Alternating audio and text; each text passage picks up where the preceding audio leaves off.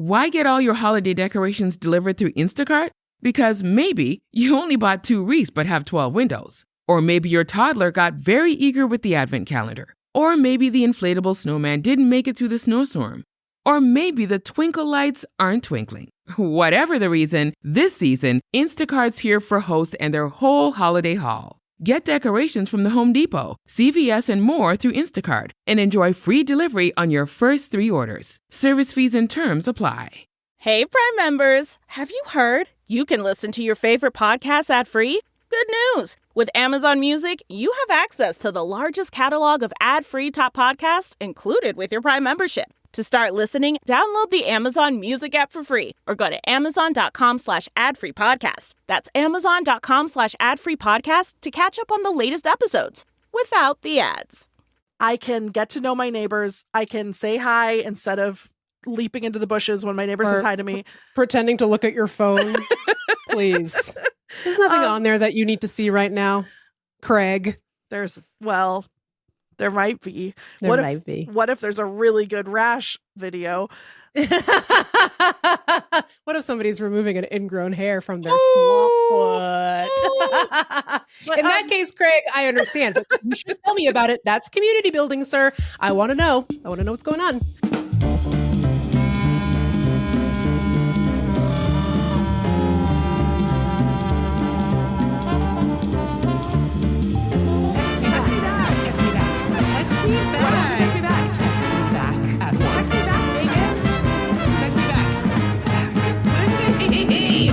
Welcome to Text Me Back, the only podcast that has never laughed at Donald Trump or anything that he said, and never will. I never have done it. I never would do it. This is serious, man. All other podcasts are complicit, but not our podcast. Not good old Text Me Back. She's never laughed. No, but more on that later. First, welcome to the show. I think we're going to start off with a little BBW sesh. We got a couple orders of business, but not the boring kind. Don't take your finger off of that skip button because Excuse me. This is free business school that you're about to get. So you better stay tuned. Stay tuned. It's not funny business, and it's not a dog's business. It's big business big women business from 2 better business women. You ever heard of it? We still don't have a BBW theme, so this is the Text Me Backlight's chance to show their quality in these dark times. Yeah. Feed us a jingle. We're hungry. Yeah. I'm hungry. Lay off, man. I'm starving. For jingles. For jingle jangles. So we're going to do a little BBW update. We're going to do just a quick processing sesh. Yep. And then we're going to play a little game called I Love the 90s trademark. I just use copyright.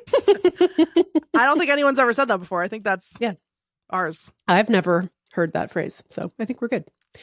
I certainly never heard it every day on VH1 for 23 hours a day. Oh, you know what? When we get to that segment, I'll do a little bonus segment about that's related to I Love the 90s on VH1.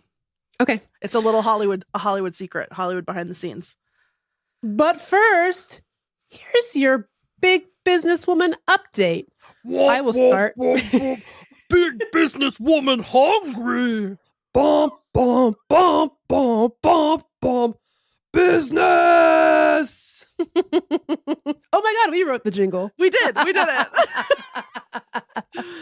Okay, first I want to say something. I was wrong about something. I was wrong about a piece of business, and I would like to correct the record.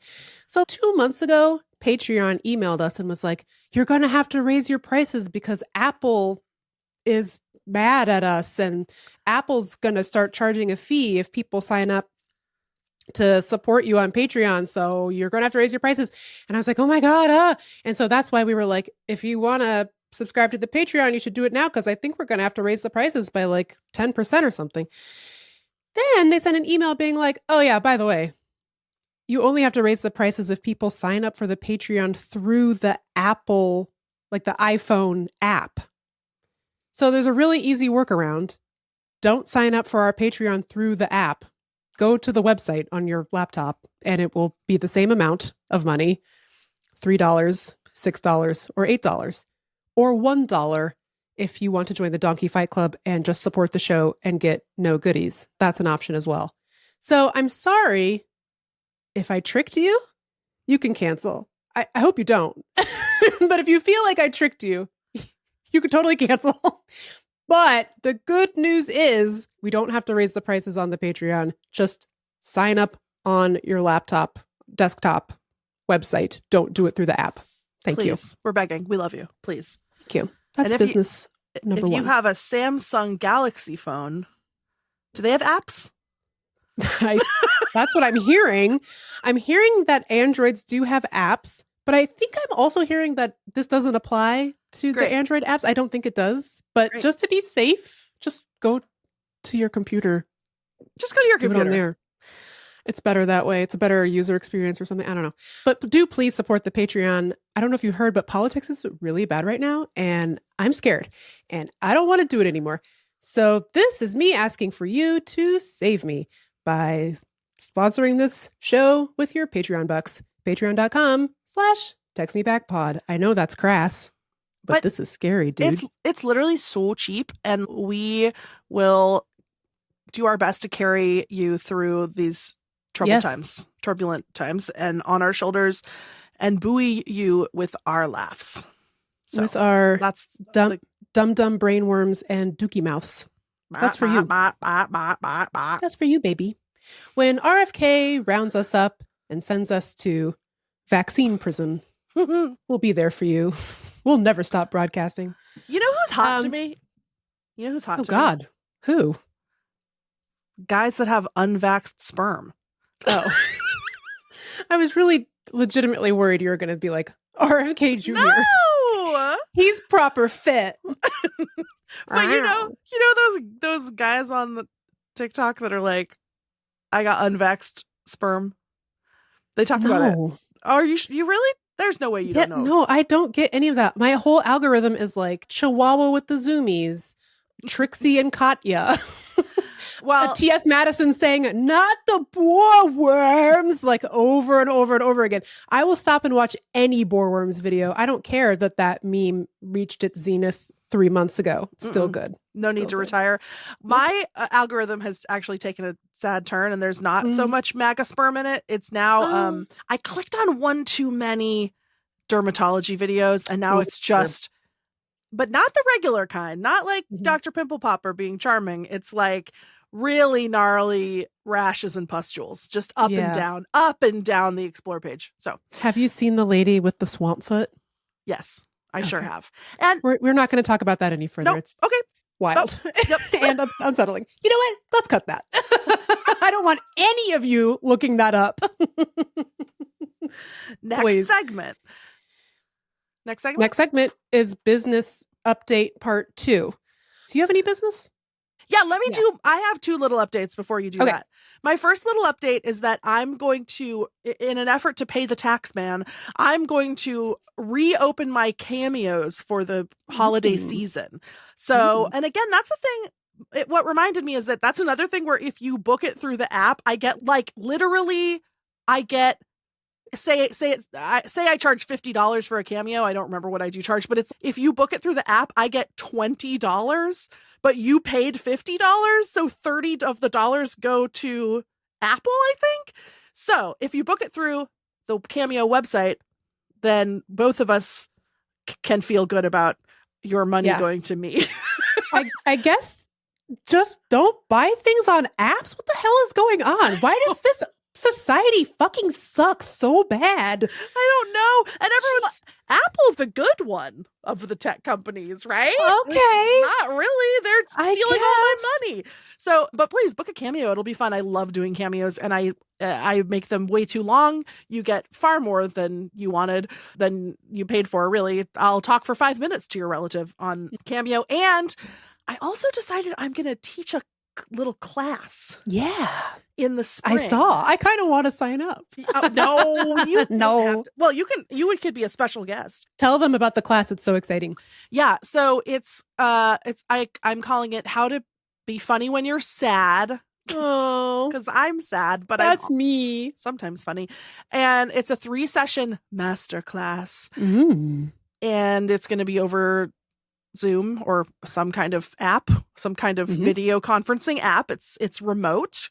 And we're going to do 3 sessions. We're going to talk about writing memoir, processing, trauma into humor, how to decide what to write about, where to draw the line, what's too much to share, how do you decide what to give to the public, what to keep to yourself, how do you navigate, writing about real people and not alienating your friends and family. And then we're going to do a session about editing, about killing your darlings. What do I cut? What do I keep? How do I fashion this into something that rocks? And then I'm thinking third session is just going to be open floor Q&A, and people can ask me. You can ask me about the publishing industry, about how I got a literary agent. You can ask anything you want. Craft, feelings. By the way, if you're a Patreon subscriber, you know some of this stuff because you talked about it in our Shrill rewatch. So our Patreon subscribers already have a little sneak peek. You should still do the masterclass though, because I just feel like it's so interesting. And you know what I always think about this when I read like a memoir that's like particularly like really open and really honest and raw. It's something I think Mindy Kaling said once where she's like, I read stuff like that. And I'm like, don't you have parents? And I'm like, yeah, how do you write about stuff like that? What if your mom reads it? I don't know. I mean, I don't. I'm very cautious. I always think about, there's this I think it's David Sedaris quote that a writer is always selling somebody out. Like, yeah. And I mean, if you want it to be really good. You want to make some money or what? So I think about that a lot. And there are places where I'm like, wow, this book would be way better if I wasn't scared of hurting this person's feelings. And I'm scared of hurting the feelings of people that I hate. And I'm even more scared of hurting the feelings of people that I love. And it's books where you get over the fear of hurting the feelings of people that you love that are the real hardcore good books, That's the good shit. That's that Nancy Myers shit. That's what we're talking about. Yeah, we'll talk all about that, and it'll be fun. I don't know. I'm really excited. So it's going to be in, I think, February. I'm going to post all about it on my Instagram, which is at the Lindy West. So go over there and check it out. You can find all the details and sign up. It's going to be really fun. Yeah. And we'll put the link in the show notes just to make it easy for you. I have a business update, a personal non-podcast business update. I am in the stage of grief with this election where I have launched a Substack. Yay! Applause! I know. Here's what was happening. I think this is I think probably everyone can relate to this. Avoided news for like the first 3 days after the election. Just really didn't want to know what happened. I was like, the sad thing happened. I don't really care how it happened. But you can't avoid the takes forever. Yeah. Then the takes start coming in, and literally all of them were fucking evil. All of them. Okay. Yeah. So I think there's a lot of reasons why Kamala lost this campaign. Nowhere on my list is trans people. It wasn't trans people. Right. It was not pronouns. It was not wokeism. And throwing trans people under the bus more, because let's be clear, they're already under there, just getting backed over by everybody. Putting them under there more is not going to win you elections. So shut the fuck up. Also, can I say, by the way, we used to have principles where, like, even if it was any group of people asking for equal rights and dignity and to not be persecuted and harassed and tortured, even if that is what cost whoever an election, we still don't pivot to be like, you're right. We're not doing that. Let's crush those people because we don't believe in that. let's join in with the bigots to make it worse. It's like what we're talking about here is kids wanting to play soccer. And a congressman is looking at a child who wants to play soccer and saying, if I let this child play soccer, I will lose my job at the worst place ever in the world. I can't have that. I must crush this child. It's just really gross to watch. I just really feel like of all the things, we cannot let it take hold. I mean, like, to your point, by the way, there are racist people who don't vote for Democrats because they think that Democrats are engaging in quote unquote racial entitlements, that they believe in racial quotas. and they don't vote for Democrats because those voters are racist. Should we then brutalize people of color to win over the racist vote? No one would ever say that. Right. No Democrat would ever say that. You cannot do it to trans people. It's evil. Fuck you. Anyway, I went insane at this series of takes, which like the pundit class, like the entire New York Times op-ed board is coalescing around. All these fucking losers, like literal electoral losers, are telling Democrats how to win. Nicholas Kristof had the audacity to write a column saying, oh, it was the wokeism and the pronouns that cost Democrats the election. I was like, sir, you're so much of a fucking loser. You couldn't even figure out how to get your name on the ballot in Oregon. You couldn't even be bothered to check the eligibility requirements to run for governor there. And you're going to tell Democrats how to win? You couldn't even figure out how to run. Shut up. So I went crazy, Lindy. Yeah. And I launched a Substack. Yeah. It's called Swamp Person. And I hope you check it out. It's free. I'll keep it free for a while. I'd like to see if I can maintain a consistency. Maybe I'll add some paid tiers down the road for like special goodies and stuff. But for now, it's free.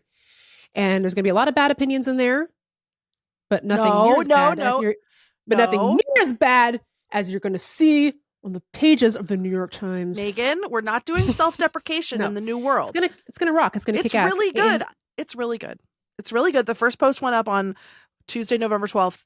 Oh my God, it's my dad's birthday. I just realized. Oh, I mean, it was on Tuesday, November 12th last week when that happened. That's correct. No, it's very insightful and grounding. And Meagan has a sort of authority that I find very comforting because I am scared and I don't know nothing. Thanks. And Meagan has lots of experience in this area. And my favorite thing is when Meagan explains to me why sort of the way that things look on the surface to people who don't know anything isn't always actually how things work. You know what I mean? In politics. And I love that.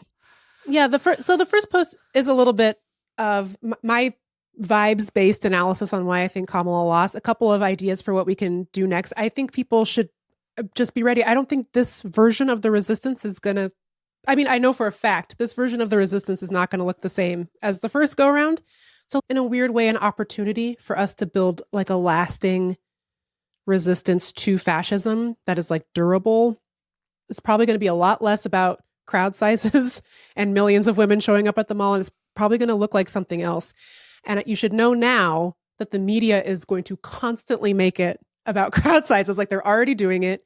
The Women's March tried to have like a rally here in DC just a couple days after the election, quote unquote, only 200 people showed up. Still a lot of people, but it's like it was portrayed in the New York Times as kind of like a failure of a protest because only 200 people showed up.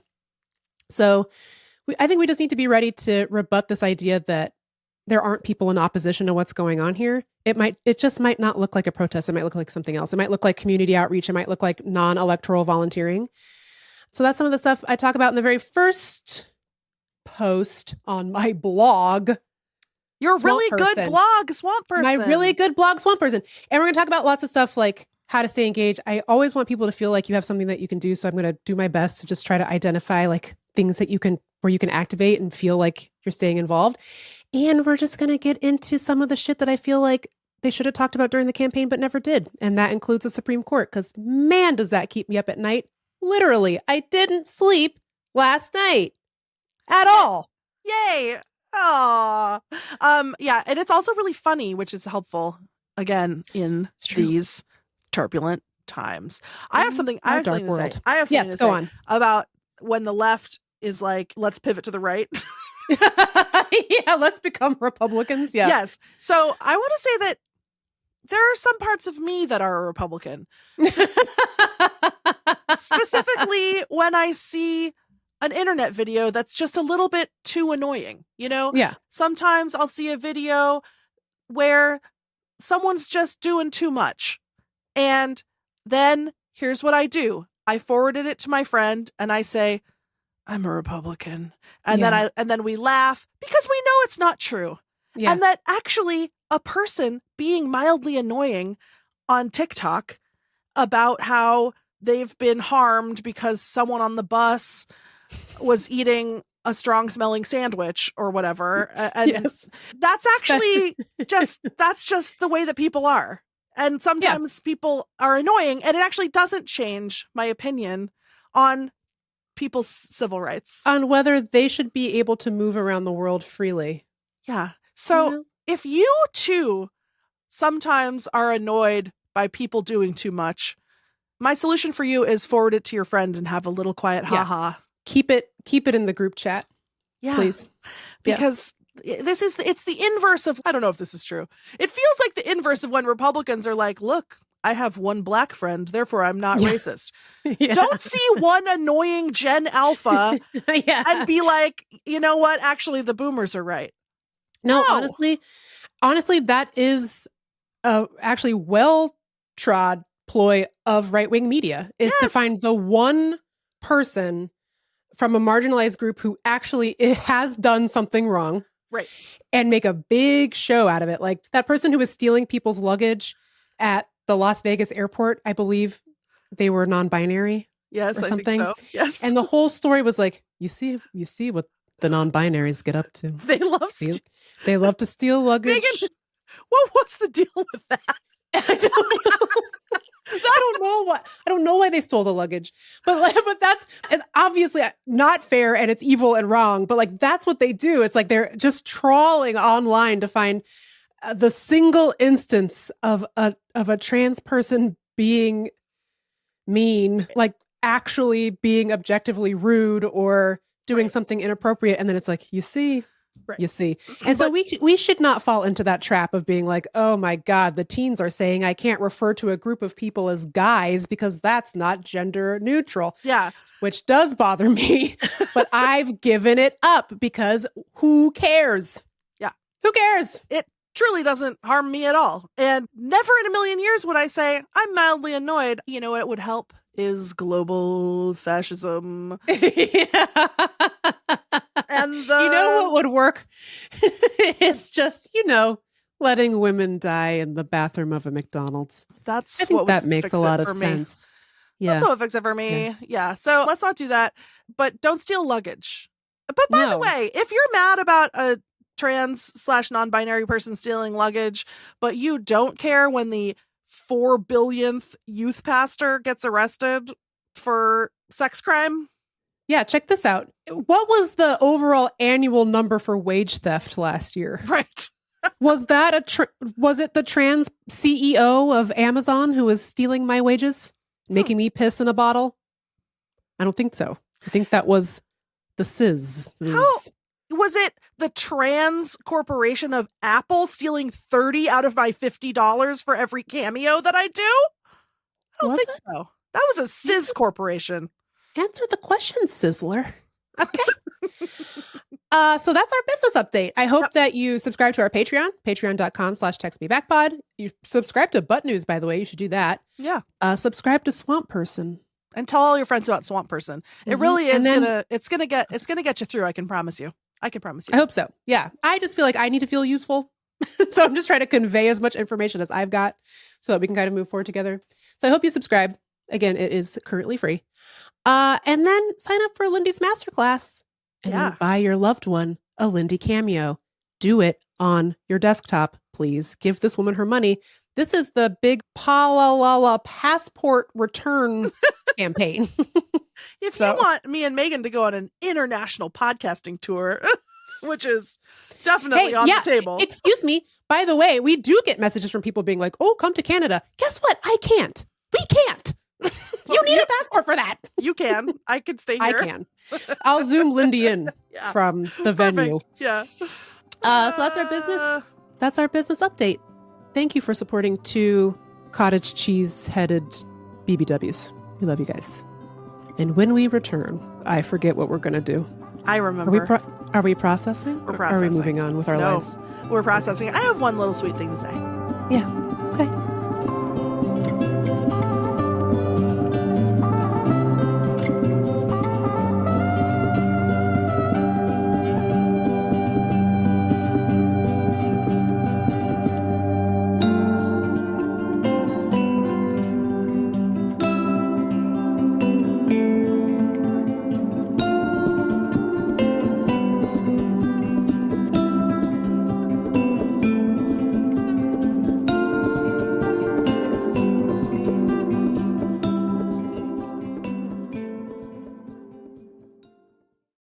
Think scaling AI is hard? Think again. With Watson X, you can deploy AI across any environment. Above the clouds, helping pilots navigate flights, and on lots of clouds, helping employees automate tasks.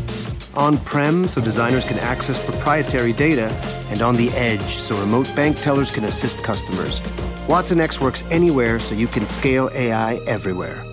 Learn more at ibm.com/WatsonX. IBM. Let's create. Are you struggling to close deals?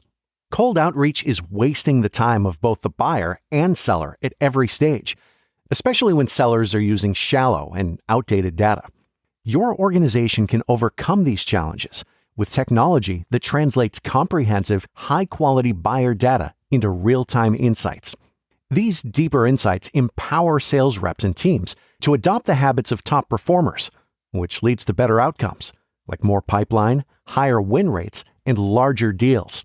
We call this deep sales. And we've built the first deep sales platform with the next generation of LinkedIn Sales Navigator. Right now, you can try LinkedIn Sales Navigator and get a 60-day free trial at linkedin.com/trial. That's linkedin.com/trial for a 60-day free trial. Let LinkedIn Sales Navigator help you sell like a superstar today. Just go to linkedin.com/trial and get started. My dad works in B2B marketing. He came by my school for career day and said he was a big ROAS man. Then he told everyone how much he loved calculating his return on ad spend. My friends still laugh at me to this day. Not everyone gets B2B, but with LinkedIn, you'll be able to reach people who do. Get a $100 credit on your next ad campaign. Go to linkedin.com/results to claim your credit. That's linkedin.com/results. Terms and conditions apply. LinkedIn, the place to be, to be. Okay, well, we're not over the election. It's still really sad and weird and scary. But I want to say something. Which is, I feel like so grateful that we got to do that live show last week. Yeah. You know, I was really worried about it because, you know, Tuesday happened and I was like, you're telling me I got to fly to Portland, Oregon and do comedy on Thursday? The fuck Right. is that? How's that going to go? And I always think we're going to do something funny. But even I was like, I don't know. I know. I was crying on the plane out there. Yeah. I was so sad that the flight attendant gave me 2 free wines. She was like, are you okay? You know what's gone? funny? That reminds me that actually when the day after the election in 2016, I had to fly to Boston to do a live show and it was almost impossible to do. Yeah. Like it was so crazy, the feeling of being, and it felt different this time. Like, yeah, 2016 was such a shock that everyone in the room was like, everyone was crying. I mean, honestly, in 2016, I was so scared. Like because we hadn't been through it yet and he had been saying such scary things and I had been writing about Trump, you know, weekly for a couple years, I was like, am I going to be arrested? Yeah. I really was. I didn't know because he had been saying like we should put journalists in prison, and I was like, is my life over? I remember I called my TV agent and I was like, are we still doing the TV show? He was like, yeah. I was like, really? We're not. So all media is not shut down. He was like, what are you Capital marches on. You know. I guess. Yeah. Yeah. It just felt like a huge like an earthquake. Like it just was. It did feel really shocking. This also felt shocking, but it felt more. I guess I felt more resigned. Really, the people chose this. Like millions of people chose this. And although when you do look at the overall numbers, he did not do as well as Biden in 2020, if that makes anybody feel better. Actually did make me feel better. Yeah. So he won and he made inroads with people that you might not expect, but there's not some sort of as grand a shift as you might think in who was voting for who. And there's not, I see people really misconstruing the numbers where it's like, people are saying, this means that over 50% of the population supports this. No, they don't. No. 60 million people is not half of the America's total population. Sorry. Or yay, good. So anyway, I was just really glad that we had that for me and you. Yeah. I'm glad the audience was there too, but it helped me a lot. I really feel like it was so nice to like have a laugh, to be with Guy. And I feel like we got really good advice from Julie, who was so great. I'm so grateful to her for coming. And really funny. She was a really good sport with the FMK game. And so I hope when you listened to it, you felt the same. We just really wanted to give you all something that felt like we're not all going to die.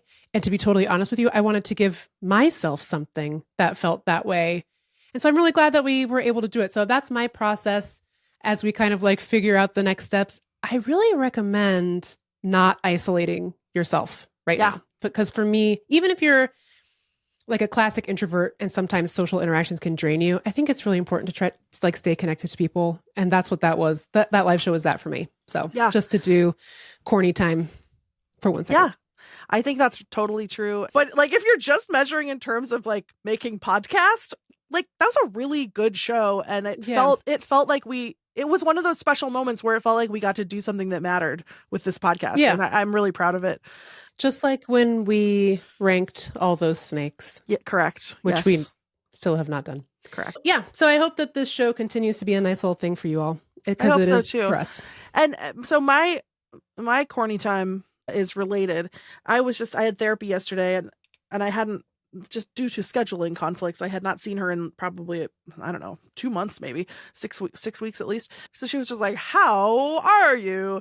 and I was sort of rambling about the election and stuff. And I had this realization that because I felt very calm since it happened. I don't know why. Mm-hmm. I'm a little concerned that I'm still recovering from my Zoloft overdose, because I'm very I feel very chill.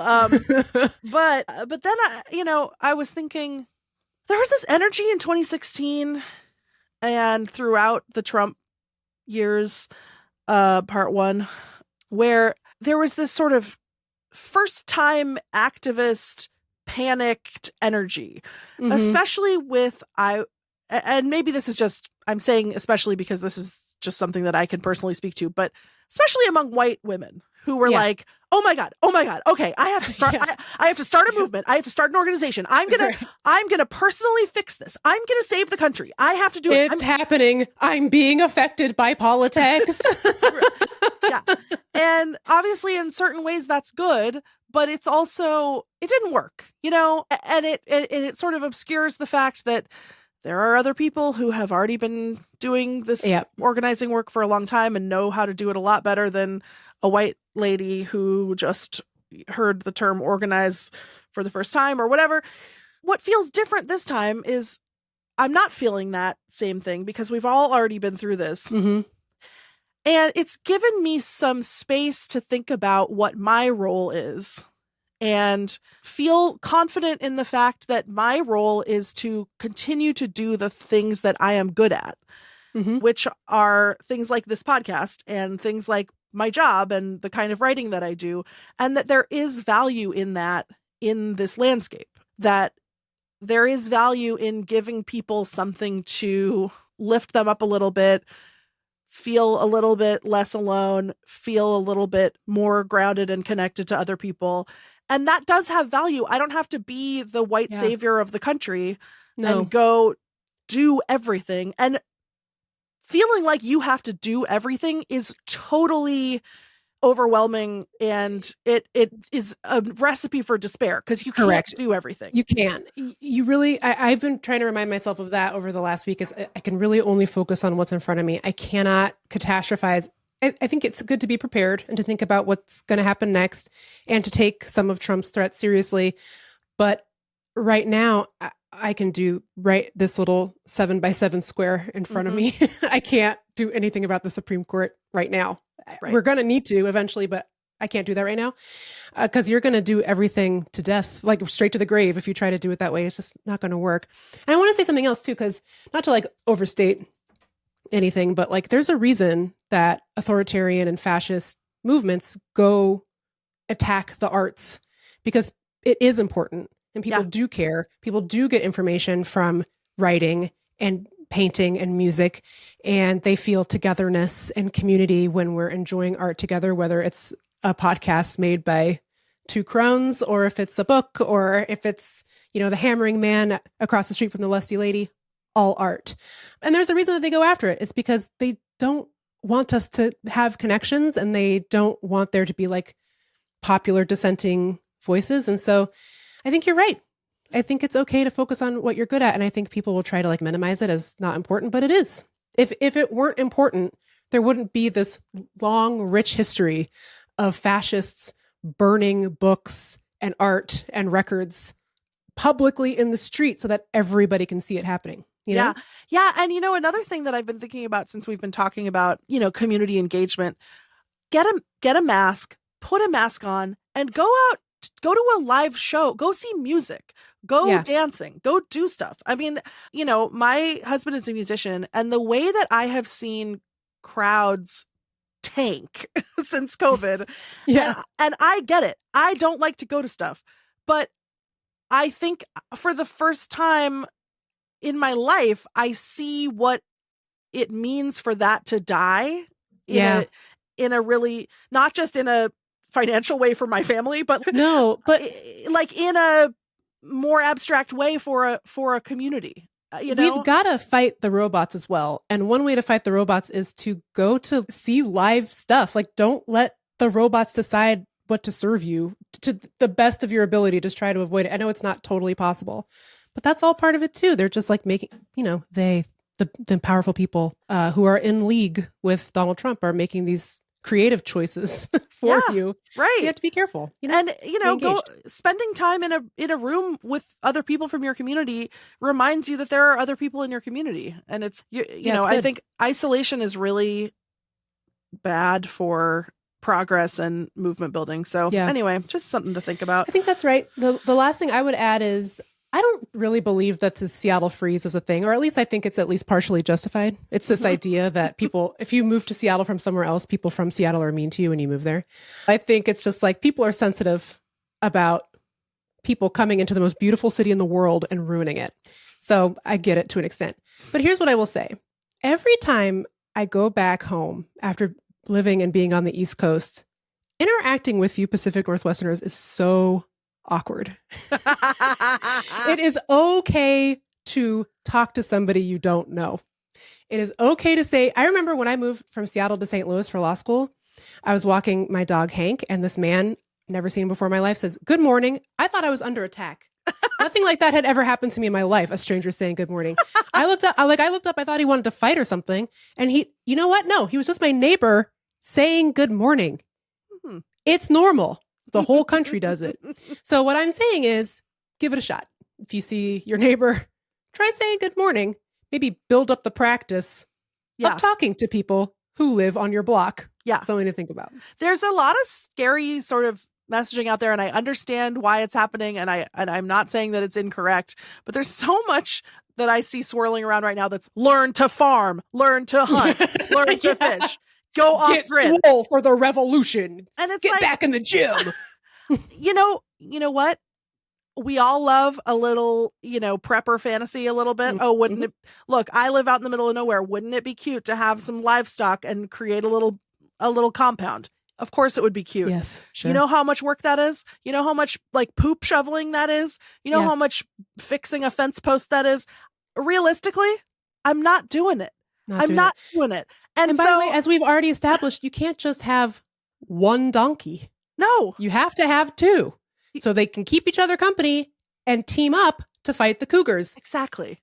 You can't just have one of each. It's a big commitment. I don't have the acreage for that, Meagan. And like, do you know what you have to do to farm food? You have to till the soil. You have to dig up an entire field. First of all, replace the soil with better soil so that it has nutrients. Do you know how hard the ground is? Anyway. By the way, I think nutrients in this case is poop. Poop. That's why you need the poop. I think it is poop. Oof. So either you have, I don't even know if I had two donkeys, I don't even know if that's the right kind of poop. I might still have to bring in external poop from outside. Yeah. Anyway. Yeah. What I have to import feces. Third-party feces. Third-party feces. So all of this is to say, that's a spicy little fantasy. Realistically, I'm not going to do that. But what I can do is make this podcast. I can volunteer at the animal shelter. I can volunteer at the local food bank. I can volunteer at the bookmobile or whatever. I can get to know my neighbors. I can say hi instead of leaping into the bushes when my neighbor says hi to me. Pretending to look at your phone. Please. There's nothing on there that you need to see right now, Craig. There might be. There might be. What if there's a really good rash video? What if somebody's removing an ingrown hair from their swamp foot? In that case, Craig, I understand. But you should tell me about it. That's community building, sir. I want to know. I want to know what's going on. But I do think that there is this kind of feeling of overload when you tell people they have to learn to farm. And that, you know what? I kind of feel like I'm not fighting in the race war. I know this is kind of a hack thing to say, but I don't mean that I wouldn't fight to protect. Yeah, I was like, what do you mean? You're just out.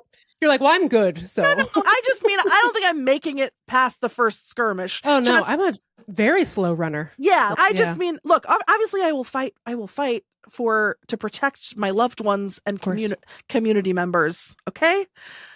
I just think I'm going to lose is what I'm saying. So realistically, I'm not getting to the farm bunker. No. And so instead, what I'm going to do is I'm going to podcast now. Yeah. Again, I think it's really just about focusing on what's in your zone of control and just doing your best. But I do think, Meagan, and I don't want to make a pledge because I don't want to commit to anything necessarily, but I do think that we will probably, speaking of your zone of influence or, your zone of control, I think we might incorporate a little bit more politics into this podcast. Yeah. Going forward. Yeah. I think the goal will just, as always, to try to just give you ways to stay involved that are achievable, feel good, that keep you safe. It's just it's my enemy to have somebody rant about a situation and not give you any advice about what to do next. I hate it. Yeah. So we will always do our best to give you a call to action so you can stay involved. And I think that will be an important part of this podcast. I don't know. This podcast was mostly invented as a way for me to avoid my day job. But the reality is that this podcast was never apolitical. It exists in politics, and it's not driven by the news, but it's obviously affected by and influenced by politics. And this is about to be a pretty scary time. So we want you all to stay engaged. Sometimes when you try to escape day job come to you. Day job come to me. And he say, gotcha, bitch. Up next. It's a little game. It's a little game. And we're committing some light trademark infringement. Yep. Stay tuned.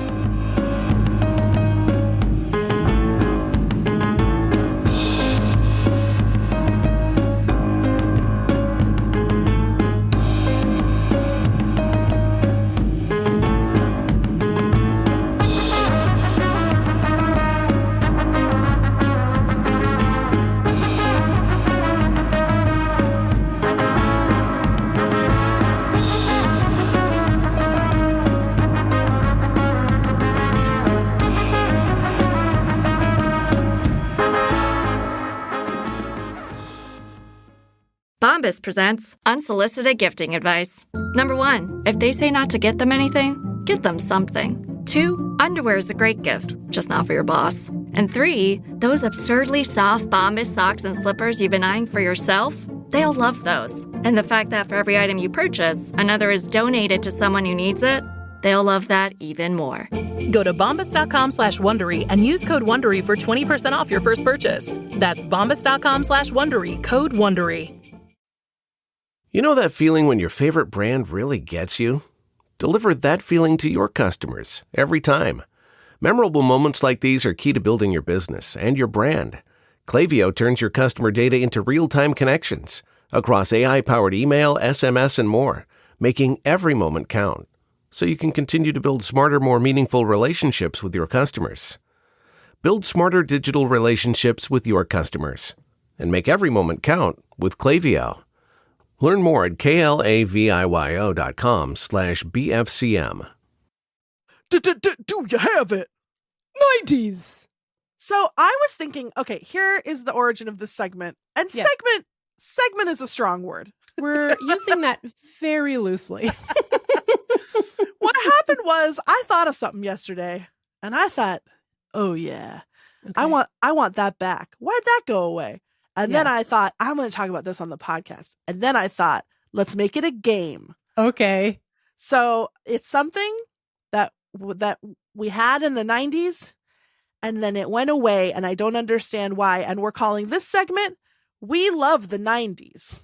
The famous segment that no one has ever invented. I love the 90s. And before we do the segment, let me tell this quick story, which is that I loved the 90s. I loved the 70s. I love the 80s. I love the 90s.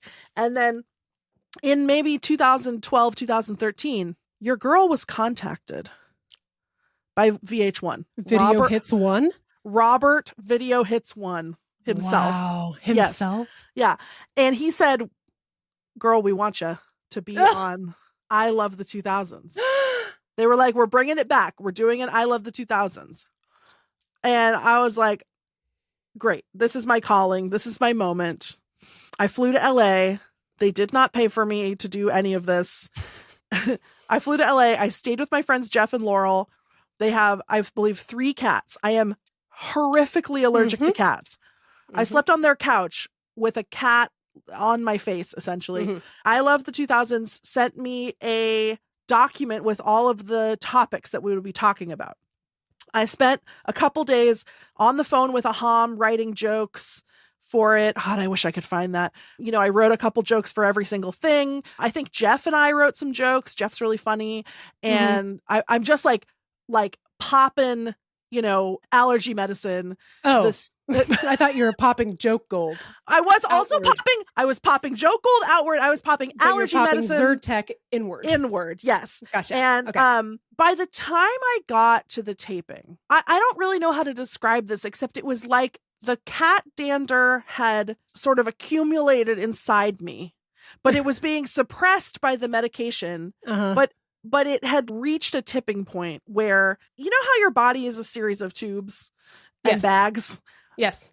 It felt like all the tubes and all the bags were just full of dander dust and shit and mucus and pus. Yes. I don't know why there was pus, but I don't know. I felt saturated with histamine.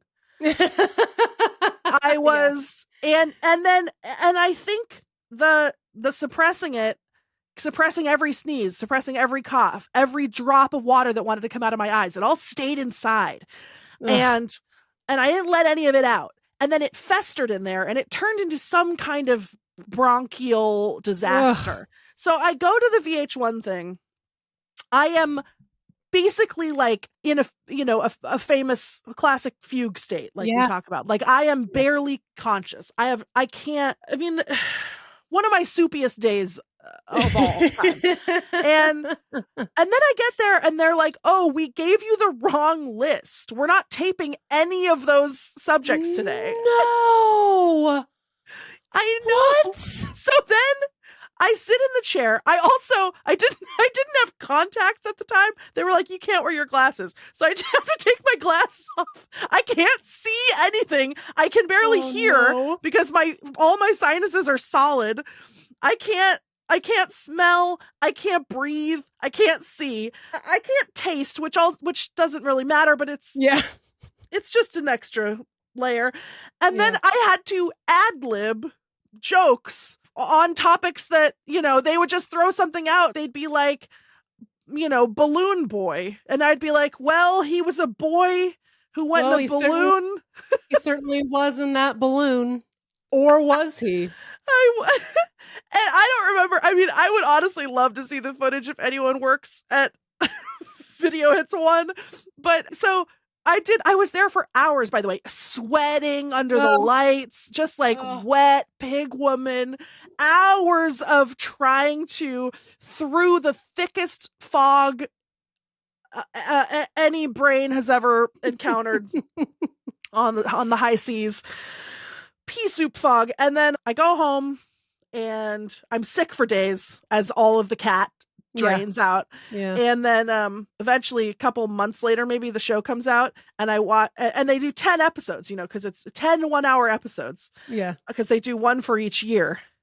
And I'm not in it. Not in it. Not one frame. They couldn't do a girl a solid and let her just do the jokes she had. I know. And also because not everything in there is a joke. On each thing they have someone that just describes what the thing is. I was that bad. That couldn't have been her. You couldn't have just put me in.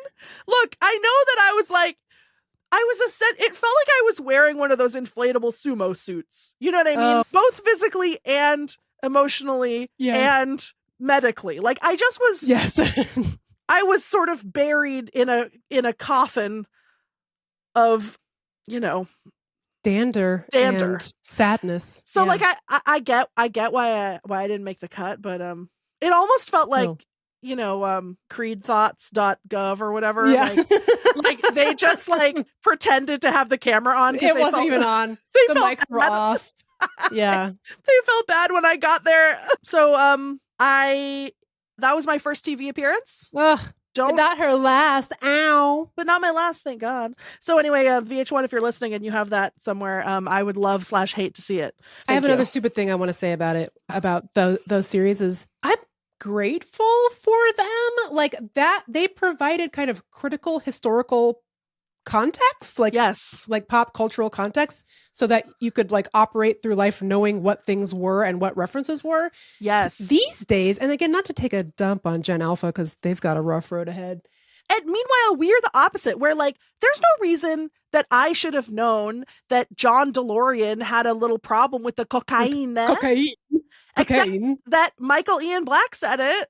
He told me about the cocaine. I feel like you and I had so much information about, for instance, the 70s. Yes. Like specific information that we didn't ever need to have. Why did I need that?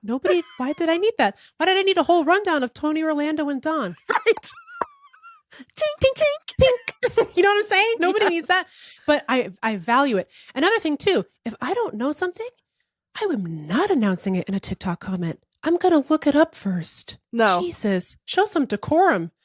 Okay, should we play this game? We're going to play a game about the 90s. Would you like to explain the rules? Yes, I invented this game. It's a very good game. It's called I Like the 90s. I only like them. I don't love them. I love them. I love the 90s.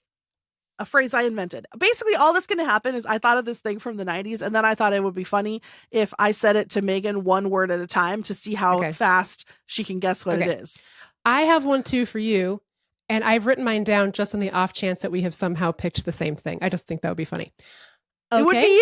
It would be so crazy if we picked the same thing. I don't think we did. I don't think we did either, because the thing that I'm going to say, I'm not sure that it's like part of your history. I don't know. My culture. Yeah, it might not be part of your culture, but it should be. Okay. Should I? You want me to go first? Yeah, go first. Okay, the first word is English. Is it the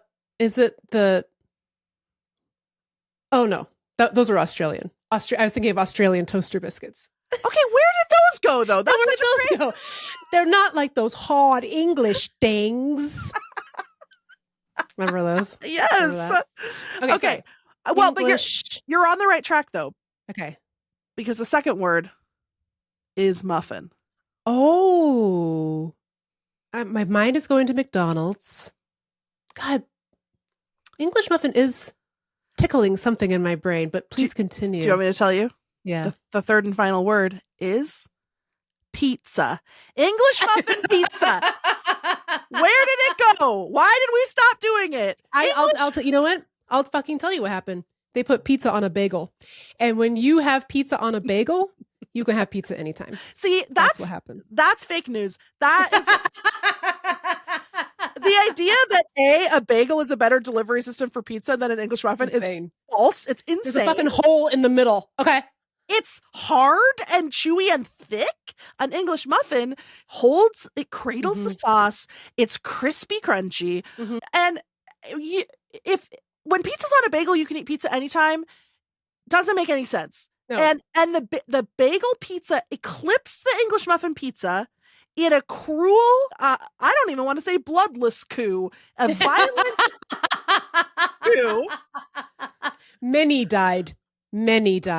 I don't know what evil billionaire paid for the pizza bagel lobby, but English muffin pizza is, okay, first of all, you can get a good English muffin anywhere in the country. You think you can get a good bagel? Even in Seattle, you can't get a good bagel. There's 3 good bagel places tops in the entire country, I think. I think that's right.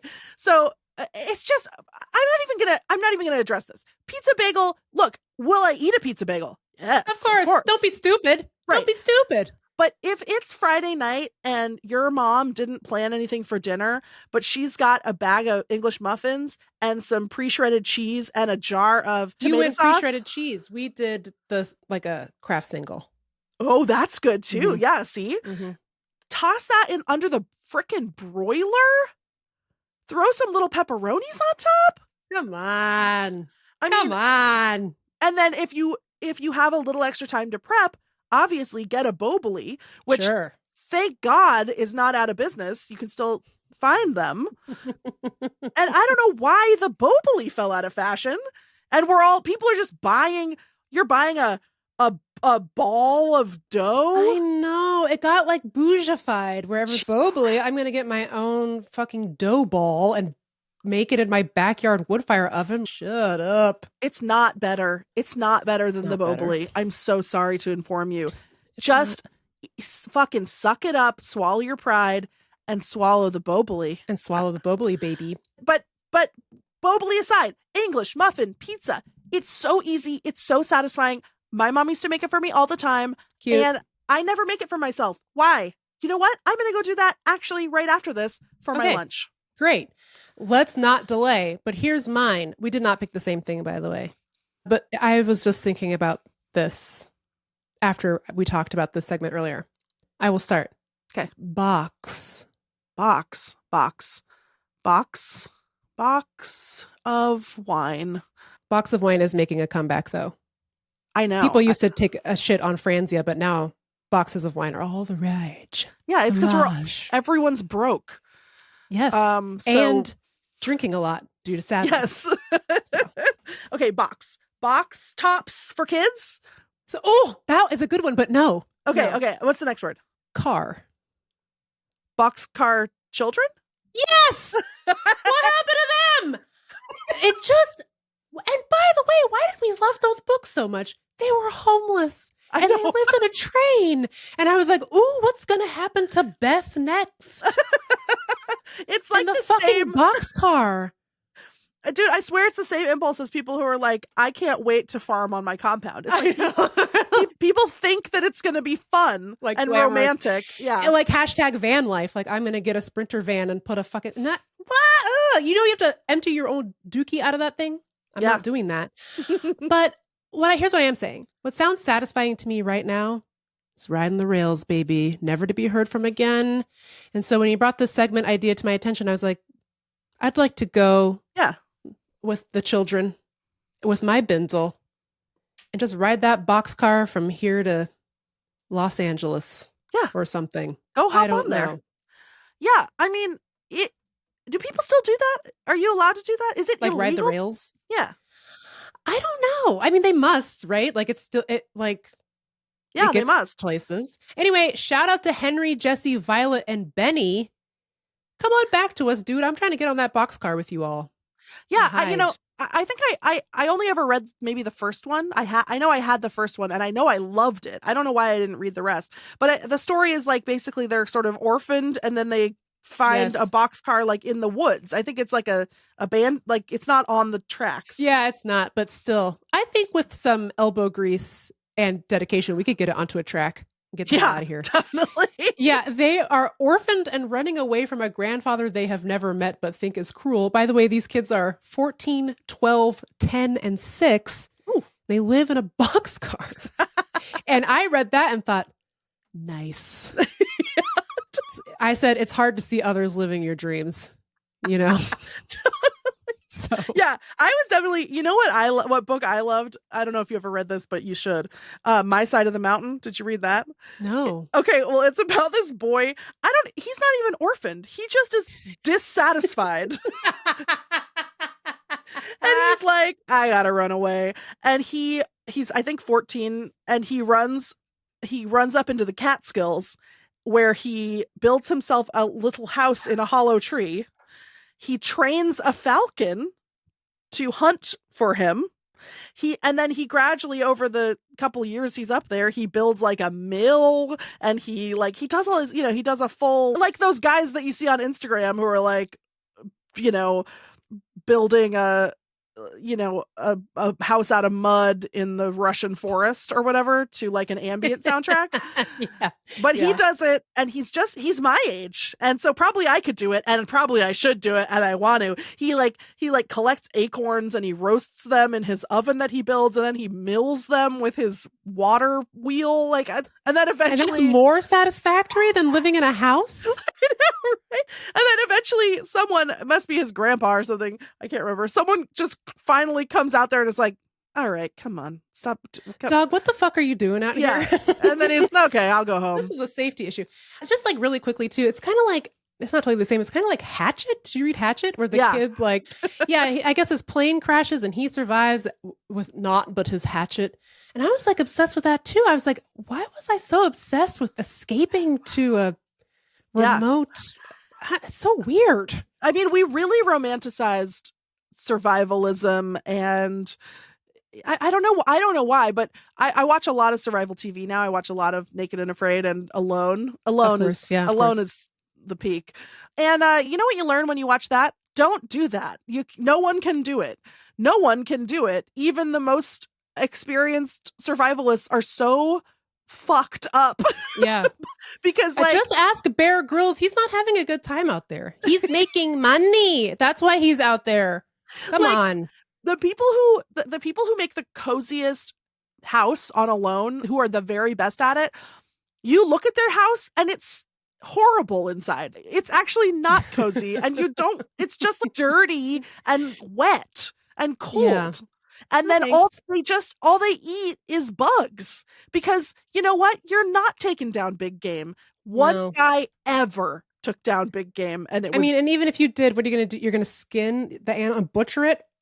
Yeah. While alone in the woods? I mean, this one guy does. But then okay, so now you're going to attract bears to your campsite? Okay. All I'm saying is, if you're 14 and you're a little bit fed up, just stick it out. I don't think you should move to the Catskills and live in a hollow tree. If you find yourself in a boxcar, go on home.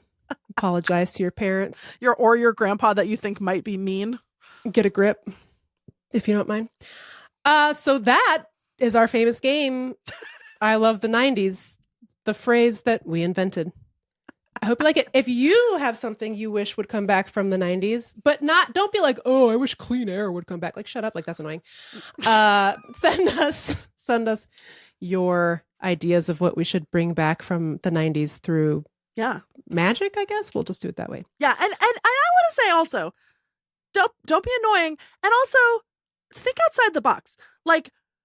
We all remember Orbits. Oh, there was a weird viscous juice with balls floating in it.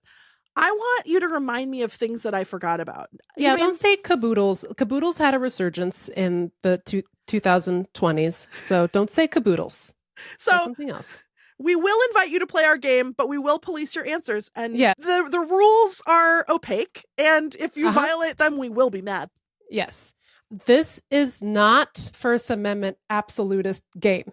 You will be jailed if you say something we don't like.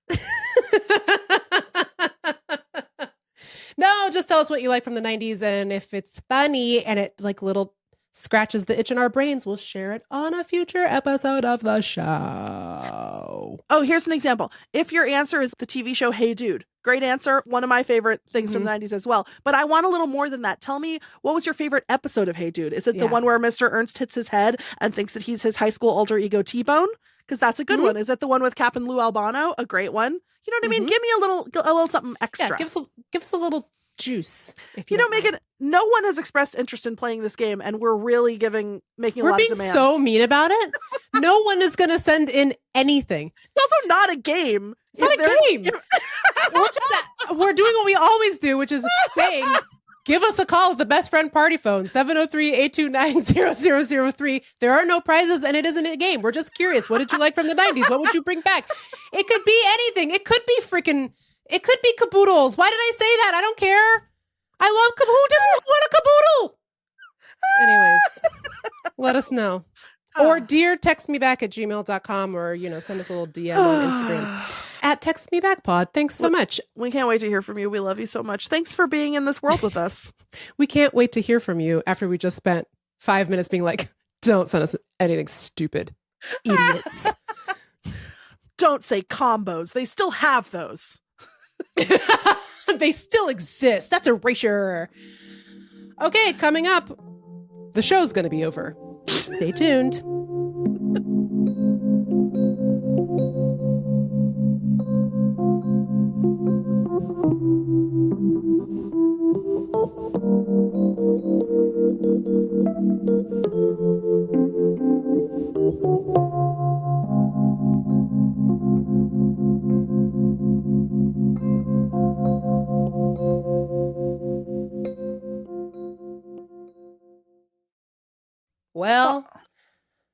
Well, it's a great day for Lindy West because we did like 7 segments today. So. Well, I know. And we came into it being like, let's do a mini episode. Because, again, I have not slept in 24 hours. That's what makes for the best episodes. Thanks for listening. Thanks for supporting our show. Stick with us during these turbulent times. We will not be giggling because now all of a sudden the comedian has become the president. The Joker has become the joked. Anyway, we hope you enjoyed today's show. Yep. We love you. Next week. Oh, I think this is true. Next week, guess what, America? It's your favorite thing ever. We're doing a crossover episode with our beautiful boys, Luke and Andrew, from Too Beautiful to Live, another Timtal of the Dog for your ass. So get excited. We're very excited to join them. Yeah, that's right. We're putting out an episode Thanksgiving week. Yeah. No sleep. No breaks. Except we are taking a break. Oh, yes. Business. I forgot about this piece of business. Yes. We are going to... Okay, get ready. Hold on to your butts. This is going to be hard to hear, but it's okay. Meagan and I are going to take a little vacation. And the vacation is called December. Goodbye. We are taking December off to lie down. Okay? Have you ever heard of lying down? She's my lover. I'm going to be lying down and drinking nog and eating macaroni and cheese and roasting a whole chicken. Yes. Okay. I'm going to do my best to post a couple little things on the Patreon. We'll still be on social media. You can send us emails. But we're not going to make new episodes for 4 weeks because we're very sleepy. Yes. So I hope this is okay with you all. But we've now, we've done the show for a year now. This is our 1-year anniversary, basically. Yeah, this is technically our 2nd season. So I guess you could think of next week's episode as our season finale. Ooh. We'll return and maybe we should have a cliffhanger like who shot Luke and Andrew? And then we'll come back in January and tell you who it was. Yeah. It was either me or Meagan. It was either me or Meagan. I'm Meagan. It's either me or Lindy. It could be Kevin. We don't know. You'll have to tune in to find out. So. And we'll be back in January, renewed, refreshed, and ready to go. And we do have some special things in the works that eventually... I know we've been previewing it for literally 6 months, but it's true. And it'll be fun and good. So stay tuned. Stay tuned. All right. See you soon. Bye, girl. Mwah. Later.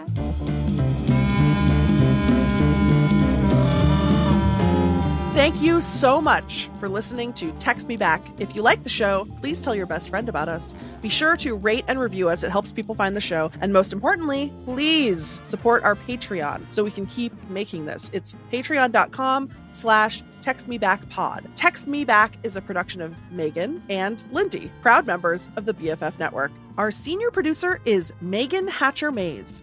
Our other senior producer is me. Our show is supported by COPILOT Collective and produced by Alli Slice. Our digital strategist is Chance Nichols. Diana Bowen is our video and creative wizard. Our production team includes Lindy West, Meagan Hatcher-Mays, our loves, our anxieties, and our fears. Our music is by Chief Ahamefule J. Oluo. Special thanks to our perfect angels, Jeannie Yandel, Brandi Fullwood, and Isolde Raftery. I'm Lindy West. And I'm Meagan Hatcher-Mays. See you next week. Mwah!